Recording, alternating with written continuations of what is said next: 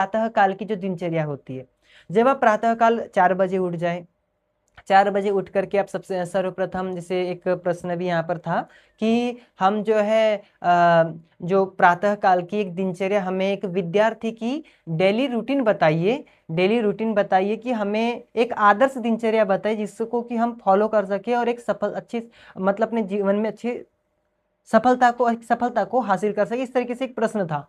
तो सबसे पहले सर्वप्रथम आप प्रातः काल में 4 बजे ब्रह्म मुहूर्त में जग जाइए। अगर 4 बजे नहीं भी जग पाते तो कम से कम एटलीस्ट 5 बजे जग जाइए। उसके बाद जागने के पश्चात सर्वप्रथम अपने आंखों में पानी मारना, उसमें आंखों में पानी मारने के लिए भी आपको बता रहा हूँ, इससे जो विद्यार्थी होता है ना उसके लिए बहुत लाभकारी होगा। जैसे क्या होता है, जब विद्यार्थी दिन भर पढ़ते हैं उनकी आंखों में बहुत दिक्कत होती है। अभी बहुत सारे कमेंट्स इसके भी रहते हैं, मतलब बहुत सारे प्रश्न इसके भी रहते हैं कि जो है ये हमें आंखों में दिक्कत आती है बहुत सारे की। तो इसके लिए आप क्या करिए, आपको बता रहे हैं। जो सुबह उठिए, मुंह में पानी भर लीजिए, एकदम ऐसा फुला लीजिए पानी भर के। उसके बाद पानी को अंदर ही रहने दीजिए और उसके पश्चात जो ठंडा पानी उसको आंखों पे मारिए। मुंह में भी ठंडा पानी रखिए, आंखों पे मारिए। इस उसके बाद में आप पानी पी लीजिए, अच्छी 2 4 5 गिलास पीजिए, जितने में अब एकदम पेट फुल ना हो जाए इतना पानी पीजिए अच्छे से। आपको थोड़ा गुनगुना करना है, गुनगुना कर लीजिए। थोड़ा ठंडा पीना, जैसी आपकी तासीर है। क्या होता है, किसी को ठंडा पानी बहुत अच्छा सूट करता है, किसी को ज़्यादा गर्म पानी सूट नहीं करता, और किसी किसी को प्रवृत्ति ऐसी उनकी तासीर होती है गर्म पानी बहुत अच्छा सूट करता है। तो आप अपने अनुसार देख लीजिए कि जिस पानी में आपको पीने में अच्छा लगता है। और एक चीज़ और है, जिसको गर्म पानी पीने से दिक्कत होती है ना, कुछ लोग बोलते हैं हमारा बहुत ज़्यादा वेट लॉस हो रहा है गर्म पानी पीने से, तो एक चीज़ ऐसा कर सकते हैं, आप एकदम गर्म पानी मत पीजिए, पानी को गर्म कर लीजिए, गर्म करने के बाद ठंडा होने दीजिए, रात भर में ठंडा हो जाएगा, फिर उसको आप पी लीजिए। उसके बाद में आपको शौचालय से निवृत्त हो करके, शौचालय करके थोड़ा व्यायाम कर लीजिए। या तो आप पहले नहा लीजिए, और आपको लगता है कि नहीं हमें व्यायाम करते समय बहुत ज़्यादा पसीना आता है, तो आप बाद में नहा लीजिए, ऐसा कोई कंपलसरी नहीं है।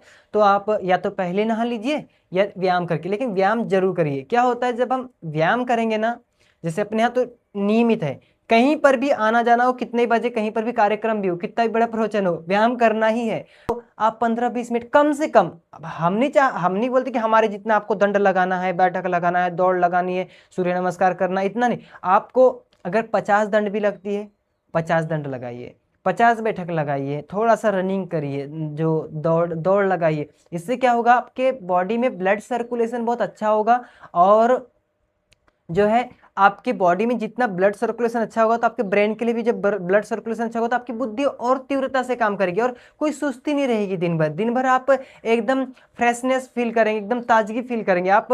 हो सकता है प्रारंभिक अवस्था में जब आप 1 सप्ताह या 10 दिन, ऐसा हो सकता है कि आपको प्रारंभिक अवस्था में व्यायाम जब करेंगे तो थोड़ी सुस्ती, थोड़ा दर्द हो, ऐसा लग सकता है। लेकिन जब आप धीरे धीरे जब बढ़ाते जाएंगे तो आपको, आपकी नींद कम हो जाएगी। सबसे पहले तो आपकी नींद कम हो जाएगी। आप व्यायाम भी कर रहे हैं पर भी आपकी नींद कम हो रही है। देखो, मेहनत भी कर रहे हैं लेकिन फायदा क्या होगा, उसकी नींद, क्योंकि आपकी जो वीर्य की जो गति होती है ना, वो ऊर्ध्व हो जाएगी। जो आपकी शुक्र धातु है उसकी गति ऊर्ध्व हो जाएगी। तो उससे क्या होगा, आपके अंदर एकदम ताकत और एकदम फ्रेशनेस, ताजगी हमेशा बनी रहेगी। और उसी से आपकी बुद्धि तीव्र होगी। जब वो वीर्य का ऊर्ध्व रहता, जब ऊर्ध्व होता है गति, तो उससे क्या होगा कि आपकी बुद्धि भी तीव्र हो जाएगी और ब्लड सर्कुलेशन तीव्र होगा। तो फिर इस तरीके से आपको करते रहना है। तो व्यायाम बता दिया, उसके बाद में स्नान कर ली, और उसके बाद ज़्यादा नहीं 10 15 मिनट आप परमात्मा का ध्यान कर लीजिए। ध्यान में मतलब आप नाम जाप कर लीजिए, और चाहे काउंटर से कर लीजिए, चाहे आप थोड़ा ऐसे ध्यान में बैठ करके, चाहे आप वाचिक करो, चाहे मानसिक करो, चाहे उपांशु करो, जैसा भी जप करना है परमात्मा का आप जप कीजिए। मैंने जैसे बताया ओम नाम का कर सकते हैं, चाहे गायत्री मंत्र का जाप कीजिए, चाहे आप महामृत्युंजय मंत्र का जाप कीजिए। ये आपके लिए बहुत ही अच्छा होगा, आपकी बुद्धि एकाग्र होगी। और जैसे किसी भी आसन में बैठने का अभ्यास कीजिए। देखो क्या है कि हमें परमात्मा ने पूरे 24 घंटे दिए हैं। परमात्मा ने दिए, अगर हमारा जन्म नहीं होता तो हमें ये जितना हम अभी यूटिलाइज उपयोग कर पा रहे, नहीं कर पाते ना। लेकिन हमें परमात्मा ने जन्म दिया, हमारा इस माता पिता से संयोग कराया, फिर जन्म हुआ, और हमें रोज के जो 24 घंटे मिल रहे हैं, तो इस 24 घंटे में हम क्या परमात्मा के ध्यान के लिए 24 मिनट भी नहीं निकाल सकते? कि 24 घंटे मतलब 1 घंटे का 1 मिनट भी नहीं निकाल सकते क्या, बताइए। देखो वहीं कहीं आपके मित्र का फोन आता है, आप कितनी देर तक बातें करने लग जाते हैं, बहुत सारी इधर उधर की बातें, और कहीं मार्केट गए, कहीं वही दोस्त मिल गया, कितनी देर तक की बातें करते। तो क्या हम केवल 24 घंटे में केवल 24 मिनट आप निकालिए परमात्मा के लिए, और उसमें आप ऐसा कर सकते हैं कि 12 मिनट शाम को जब कर लिया, 12 मिनट सुबह जब कर लिया, इस तरीके से कर लीजिए। तो 12 मिनट ही तो करना है, और फिर धीरे धीरे आप 15 मिनट कर सकते हैं, फिर 20 मिनट, इतना तो आप कर सकते हैं। चलो आप 15 मिनट तो कर ही सकते हैं, 15 दूनी 30 मिनट, तो इससे आपका फायदा ही होगा। तो 15 मिनट परमात्मा का ध्यान कीजिए। उसके बाद में आप लगता है कि भूख लग चुकी है, मतलब भूख लग रही तो ब्रेकफास्ट ले लिया, और नहीं है तो मतलब आप अपना पढ़ लीजिए। और एक कोशिश ऐसा कर अपनी ओर से, एक कोशिश करें अपनी ओर से, जितने भी विद्यार्थीगण हैं, क्या हो, जैसे आप ना रोज ज़्यादा नहीं तो आप 15 मिनट बिना हिले डुले, बिना हिले डुले सिद्धासन या पद्मासन। अभी शुरुआत में पद्मासन थोड़ा कठिन लगेगा, क्योंकि वो थोड़ा उसमें जो है एंकल जॉइंट पे थोड़ा दर्द होता है। सिद्धासन में जब आप बैठेंगे 15 मिनट तक, लगभग मैं कम से कम 15 मिनट बता रहा हूँ, 15 मिनट से कम तो क्या ही बैठना, कम से कम आप 15 मिनट सिद्धासन में बैठिए। और उससे क्या होगा कि आपकी वीर्य की जो गति है, जो आपके अंदर जो शुक्र धातु बनती है, उसकी गति ऊर्ध्व होगी। और तब जब आप बैठेंगे उस आसन में, सिद्धासन में, इस जो यहाँ आज्ञा चक्र है, इस पर आप ध्यान केंद्रित कीजिए।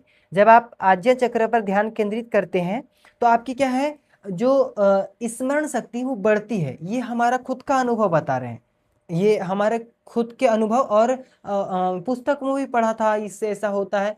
पुस्तकों में जो पढ़ा था वो तो है, लेकिन हम अपना एक अनुभव बता रहे। और आप प्राणायाम कीजिए, प्राणायाम मत छोड़िए। प्राणायाम से क्या होगा, आपकी नाड़ी भी शुद्ध होगी, नाड़ी शोधन होगा, और वीर्य का जो है ऊर्ध्वगमन होगा, उससे भी आपकी बुद्धि तीव्र होगी। ये सब आपके फायदे के लिए बताई जा रही है। ऐसा जैसे हमने गाँव में देखा है कि ऐसे बताते हैं कि अरे ये सब तो जो है कार्य जो है बाबाओं के लिए, ये केवल हमारे लिए नहीं है, ये सभी सभी प्राणियों के लिए बताया। जो शास्त्र, जो आयुर्वेद है, जो भी शास्त्र, जो हमारी योग दर्शन, इनमें जो प्राणायाम बताए, जो आसन बताए, ये सभी के लिए बताया है। जो अष्टांग योग का पालन है, ये सभी के लिए, सब अपने अपने स्तर पे अपने अनुसार पालन करें। इस तरीके से है कि अष्टांग योग, यम नियम आसन प्राणायाम प्रत्याहार धारणा ध्यान समाधि अष्टांगानी, ये सभी के लिए है। जैसे उसमें वितर्क बाधने प्रति, ये जो सूत्र है, अगर आप हर विद्यार्थी अपने जीवन में सतुदीर काल निरंतर सत्कार आसेवित दृढ़ भूमि तीव्र समय का नामासन न काल निमो, ये जो सूत्र है ये अपने जीवन में उतारने के लिए है। तो इनको आप जो मैंने बताया हूँ, ये उसी का सार बताया हूँ निकाल करके शास्त्रों से, इनको आप अपने जीवन में उतारिए। और उसके बाद आप दिन भर बिल्कुल नॉन स्टॉप पढ़ाई कीजिए, बिल्कुल ना तो मन विचलित होगा, कुछ नहीं।